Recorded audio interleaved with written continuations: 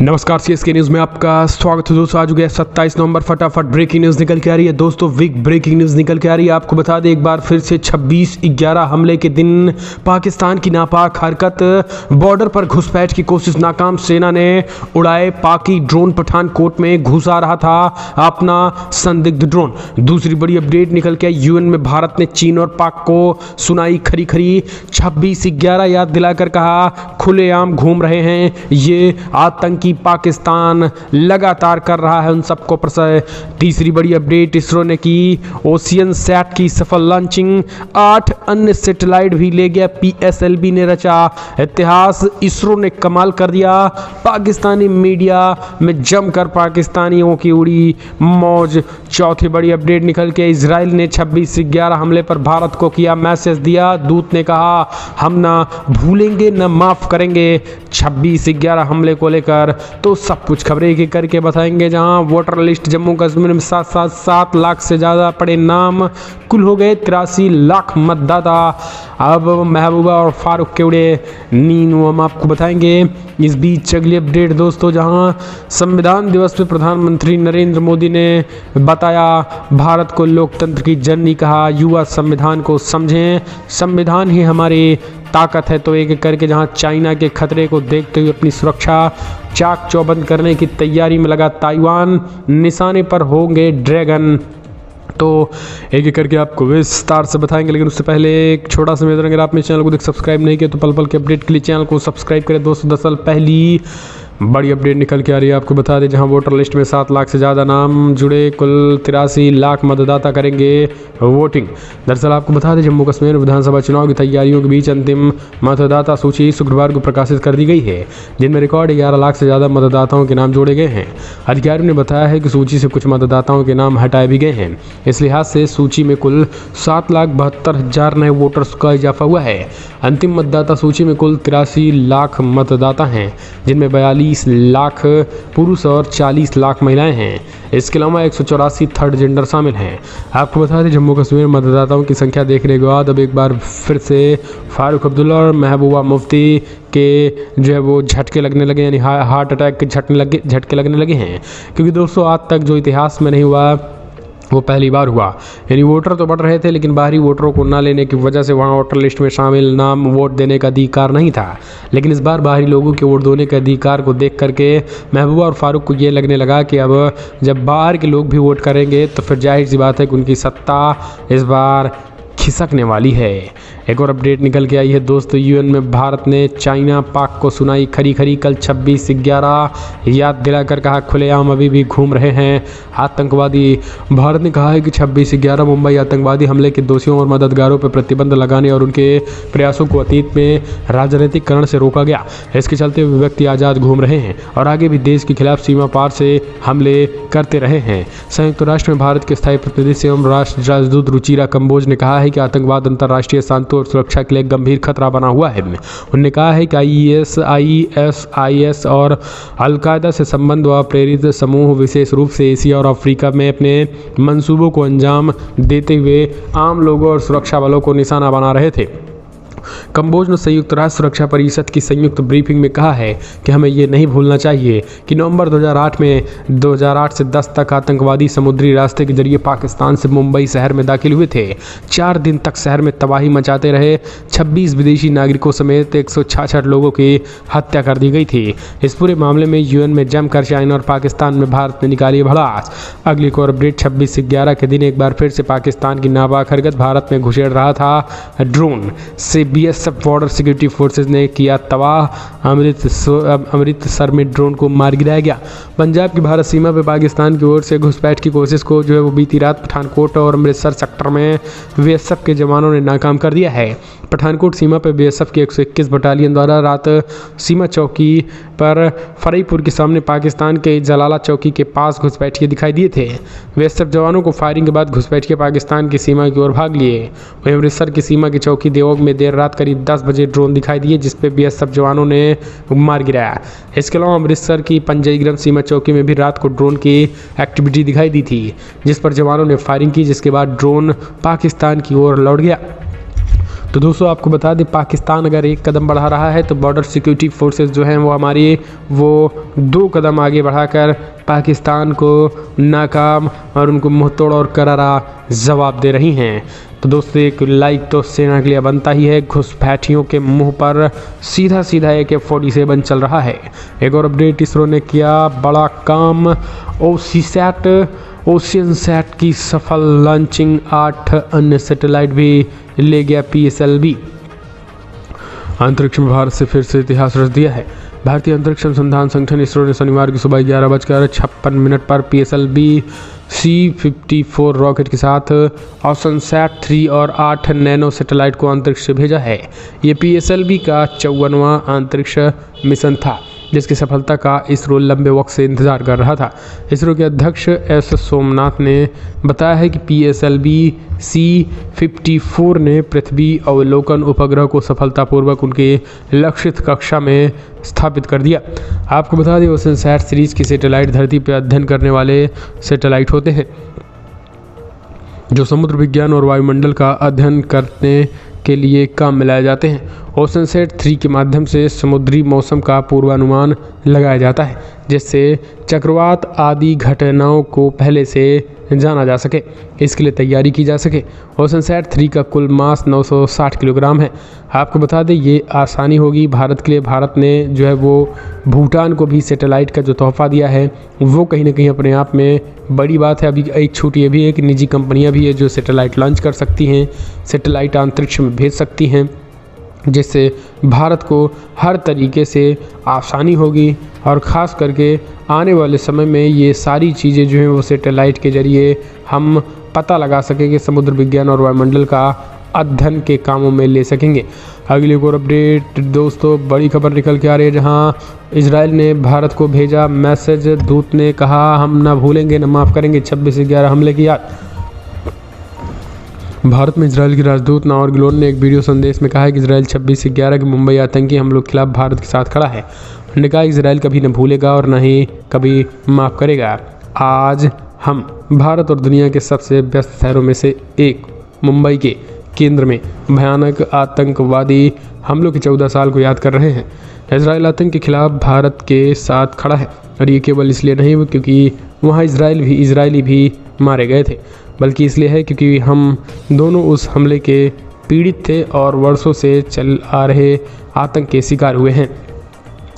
उन्होंने आगे बताया कि आतंकवाद का मुकाबला करने का एकमात्र तरीका एक साथ एकजुट होना है, और हम कभी नहीं भूलेंगे, हम कभी माफ़ नहीं करेंगे। दोनों देश आतंकवाद के शिकार हैं। हम सराहना करते हैं कि भारत ने आतंकवाद और आतंक के वित्त पोषण का मुकाबला करेंगे। एक और अपडेट निकल के आई है दोस्तों, बड़ी खबर, PM मोदी बोले भारत लोकतंत्र की जननी, युवा संविधान को समझें। प्रधानमंत्री नरेंद्र मोदी शनिवार को सुप्रीम कोर्ट में संविधान दिवस समारोह में हिस्सा लिया। इस दौरान उन्होंने ई-कोर्ट परियोजना के तहत विभिन्न नई पहलों का शुभारंभ किया। इसके तहत virtual justice class, justice mobile app 2.0, digital court और S3WSS वेबसाइट की शुरुआत की। PM मोदी ने समारोह को संबोधित करते हुए कहा, 26/11 मुंबई आतंकी हमले का दिन है। 14 साल पहले भारत जब अपने संविधान का पर्व मना रहा था, उसी दिन मानवता के दुश्मनों ने भारत का सबसे बड़ा आतंकी हमला किया था। मैं इस हमले में जान गंवाने वाले लोगों को श्रद्धांजलि अर्पित करता हूँ। इसके साथ PM मोदी ने शुरुआत की, कहा कानूनों को सरल जितना किया जाएगा उतना इस देश को लोकतंत्र मजबूत होगा। G20 की अध्यक्षता में भी बड़ा अवसर बताया। PM मोदी ने कहा कि आज संविधान को समझने की युवाओं को ज़रूरत है। इस देश का युवा जितना इस देश के संविधान को समझेगा, इस देश में लोकतंत्र उतना मजबूत होगा। इस देश में उतनी ज़्यादा कहीं ना कहीं जागरूकता आएगी। जितना हम कानून को समझेंगे उतनी ही सरलता हमारी ज़िंदगी में आएगी, क्योंकि हम कई बार देखते हैं कि हम कानून को ना जानने की वजह से हमें हर चीज़ कठिनाइयों का सामना करना पड़ता है और हमें हर कोई मूर्ख बनाता रहता है। लेकिन युवा जितना इस संविधान को समझेंगे उतनी लोकतंत्र की जड़ें मजबूत होंगी। अगली एक और अपडेट, चीन के खतरे को देखते अपनी सुरक्षा चाक चौबंद करने की तैयारी में लगा ताइवान, निशाने पर होंगे ड्रोन्स। जी हाँ, दरअसल चाइना के खतरे को देखते हुए ताइवान अपनी सुरक्षा को मजबूत करने की कोशिश में लग गया है। इसी कोशिश के तहत ताइवान ने सभी मिलिट्री बेस की सुरक्षा को चाक चौबंद करने के लिए सुरक्षा ठिकानों के आसपास ड्रोन को उड़ाने पर पाबंदी लगा दी है। इस नियम की अनदेखी करने वाले पर 3 लाख ताइवानी डॉलर का जुर्माना लगाया जाएगा। ताइवान ने फैसला सुरक्षा ठिकानों को आसपास उड़ान भरने वाले चीन के ड्रोन को देखते हुए किया जाएगा। हम चलते हैं, एक और अपडेट निकल के आई है दोस्तों, बिग ब्रेकिंग न्यूज़ निकल के आई है, जहां भारत से नहीं पाकिस्तान के नए सेना प्रमुख मुनीर को पहले इन 5 चुनौतियों से है निपटना। मुनीर के आने के बाद भी राजनीतिक विश्लेषकों और पत्रकारों ने पाकिस्तान के कहा कोई तब्दीली आने वाली नहीं है। दरअसल दोस्तों, पाकिस्तान की शहबाज शरीफ ने पाकिस्तान की सरकार में जनरल असीम मुनीर को सेना का नया चीफ तो बना दिया, लेकिन ये वही असीम मुनीर हैं जो भारत में हुए पुलवामा आतंकी हमले के वक्त ISI के प्रमुख हुआ करते थे।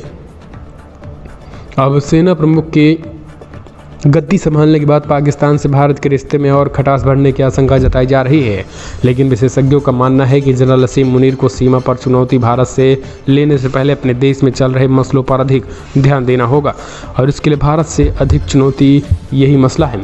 भारतीय राष्ट्रीय सुरक्षा से संबंधित लोगों का कहना है कि असीम मुनीर को उनके पहले के फैसले को लेकर नहीं जांचना चाहिए, बल्कि भविष्य में भारत और पाकिस्तान सीमा से संबंधित मामलों और आतंकवादी संगठनों से निपटने के लिए उठाए गए कदमों के बारे में जानें।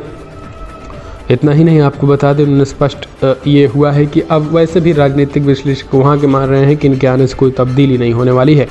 एक और अपडेट निकल के आई है, पाकिस्तान में बेचैनी हो चुकी है POK को लेकर। प्रोजेक्ट POK पे सेना तैयार है, PM के इशारे का इंतज़ार है, क्योंकि पाकिस्तान में बेचैनी बेकरार है। पाकिस्तान पूरी तरीके से बेकरार है। दरअसल साल 2019 का और 5 अगस्त जब जम्मू कश्मीर से आर्टिकल 370 हटाने का ऐलान हुआ और पाकिस्तान बिलबिला उठा, लेकिन इस फैसले के साथ हिंदुस्तान ने यह भी तय कर दिया है कि अब दशकों से पाकिस्तान की बेड़ियों में जकड़ा POK हिंदुस्तान का मुकुट बनेगा। आर्टिकल 370 हटने के बाद 3 साल पाकिस्तान की फौज इसके लिए तैयार हो चुकी है और भारतीय सेना ने बाकायदा इसका ऐलान भी कर दिया। आपको बता दें, 51 साल बाद एक बार फिर पाकिस्तान का नक्शा बदलने वाला है।